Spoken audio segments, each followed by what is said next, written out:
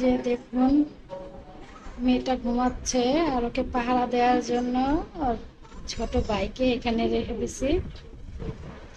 ও আমি রান্নার কাজে গেছি আর ও উঠলে ওকে বলছে যে আমাকে যেন ডাক দেয়। আজকে আমি আমার বারান্দাটা দেখাবো আপনাদের। এই যে বারান্দার অবস্থা দেখুন। বাচ্চাদের দিকে খেয়াল রাখতে রাখতে বারান্দার দিকে একদম খেয়াল রাখা হয় না, গাছে পানি দেওয়া হয় না রেগুলার।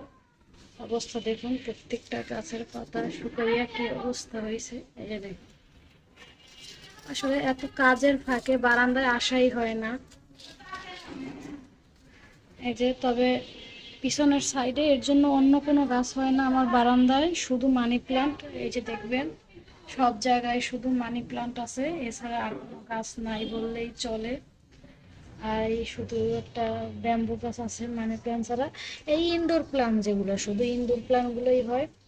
রঙ্গন গাছ একটা শখ করে লাগাইছি, বাট পিছনের বারান্দার কারণে এটা ওরকম একটা হচ্ছে না। বাট দেখুন তারপরও এই যে একটা ফুল ফুটছে কিন্তু, কারণ এইটা বারান্দার সাইডে একদম রোদে, এর জন্য এই যে খুব সুন্দর এই ফুলটা ফুটছে। আর এই যে আমার ছেলের এই যে দেখুন লজ্জাবতী গাছ, যেগুলো একদম স্পর্শ করলেই হয়ে যায়, পাতাগুলো সব বন্ধ হয়ে যায়। এই যে দেখুন, তো এটা হচ্ছে আমার ছেলের গাছ। আর আরেকটা জিনিস, এই যে দেখুন আমার পুঁই শাক। এই যে বাসায় যখন পুঁই শাক আনা হয়, তো পুঁই শাকের আমি ডাঁটাগুলো না ফেলে দিয়ে আমি এগুলাকে এরকম মাটিতে পুঁতে রাখি। আর এই যে দেখুন, এই এই ছোট্ট একটু ডাঁটা রাখছিলাম, আর সেখান থেকে এই যে কত সুন্দর পাতা হয়েছে। অন্তত মেয়ের খিচুড়ির ভিতরে তো ওই পাতাটা দিতে পারি খুব সুন্দর করে। আর মানি প্ল্যান্টগুলো দেখুন, পুরো এই সঠিকভাবে যদি যত্ন নেওয়া হয়তো এই গাছগুলো অনেক সুন্দর হইতো, কিন্তু ঠিকভাবে পানি দেওয়া হয় না এর জন্য। আর এই যে দেখুন গাছের লতাগুলো এত বড় হয়ে গেছে, একদম নিচে পর্যন্ত ঝুলে গেছে। এই যে দেখুন অবস্থা কি বড় হয়েছে। এই যে দেখুন কোথায় নামছে, একদম নিচতলায়। এই যে আমি এগুলো সব লম্বা লম্বা হয়েছে পাতা, আমি উঠাইয়া দিছি উপরে।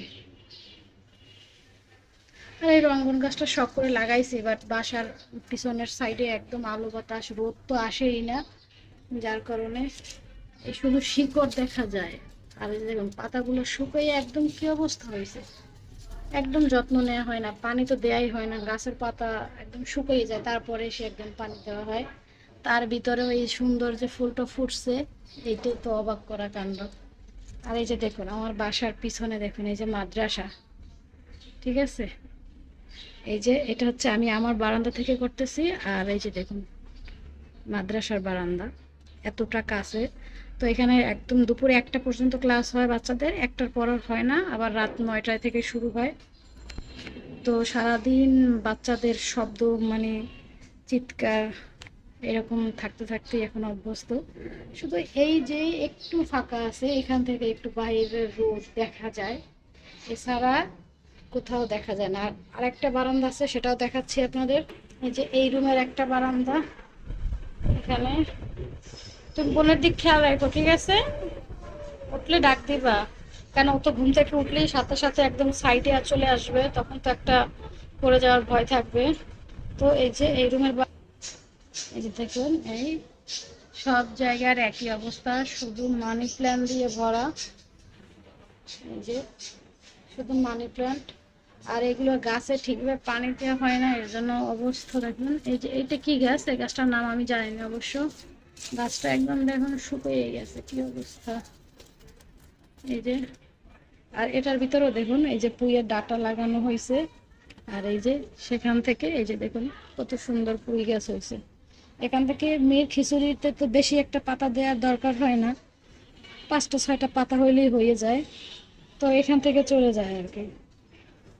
এই যে এইটা আমি এরকমই করি, পুঁইয়ের ডাঁটা এরকমের টবের ভিতরে দিয়ে রাখি, তো সেখান থেকে কয়েকদিন একটা হয়ে যায়। আর এই যে মানি প্ল্যান্টগুলো দেখুন, এগুলো ওই যে এত বেশি হয়েছে ছাঁটাই করে এগুলো আবার পানিতে ভিজিয়ে রাখছি, তো যার কারণে পানিতে ভিজানোর পরে এগুলো এরকমের হয়েছে।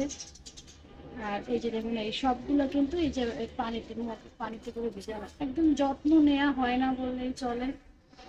তো এই অবস্থা। আর এখান থেকে দেখুন সব পিছনে, কোনো রাস্তার কোনো নেই, এখান থেকে ওই যে একটু দেখা যাচ্ছে রাস্তাটা। আর এই যে দেখুন এই মাদ্রাসাটা, ওই বারান্দার সাইডে যেটা, এই মাদ্রাসাটা এতটা কাছে দেখুন, স্পর্শ করা যায় হাত দিয়ে। এই হচ্ছে আমার বাসার অবস্থা। এই কারণ ছোট বাচ্চা থাকলে কি এরকম করা হয় না, যত্ন নেওয়া হয় না, কারণ ওদের দেখাশোনা, তারপরে আবার রান্না, এই কাজ করতে করতেই টাইম শেষ হয়ে যায়, তারপরে একটু বিশ্রাম নেওয়ার সময় পাওয়া যায় না। এত কাজ করার পরে আবার সন্ধ্যায় আবার এই ছেলেটার আবার পড়াশোনা করা লাগে, কারণ যেহেতু জানুয়ারিতে ওর ভর্তি। তো বারান্দার দিকে আর তখন যত্ন নেওয়া হয় না, এই আর কি। তুমি চলে আসছো কেন? বোনের কাছে রেখে আসছি না তোমাকে? ও, জিদান ভাই গেছে। এই যে ইনি চলে আসছে, আর একজনকে ডিউটিতে রেখে আসছে।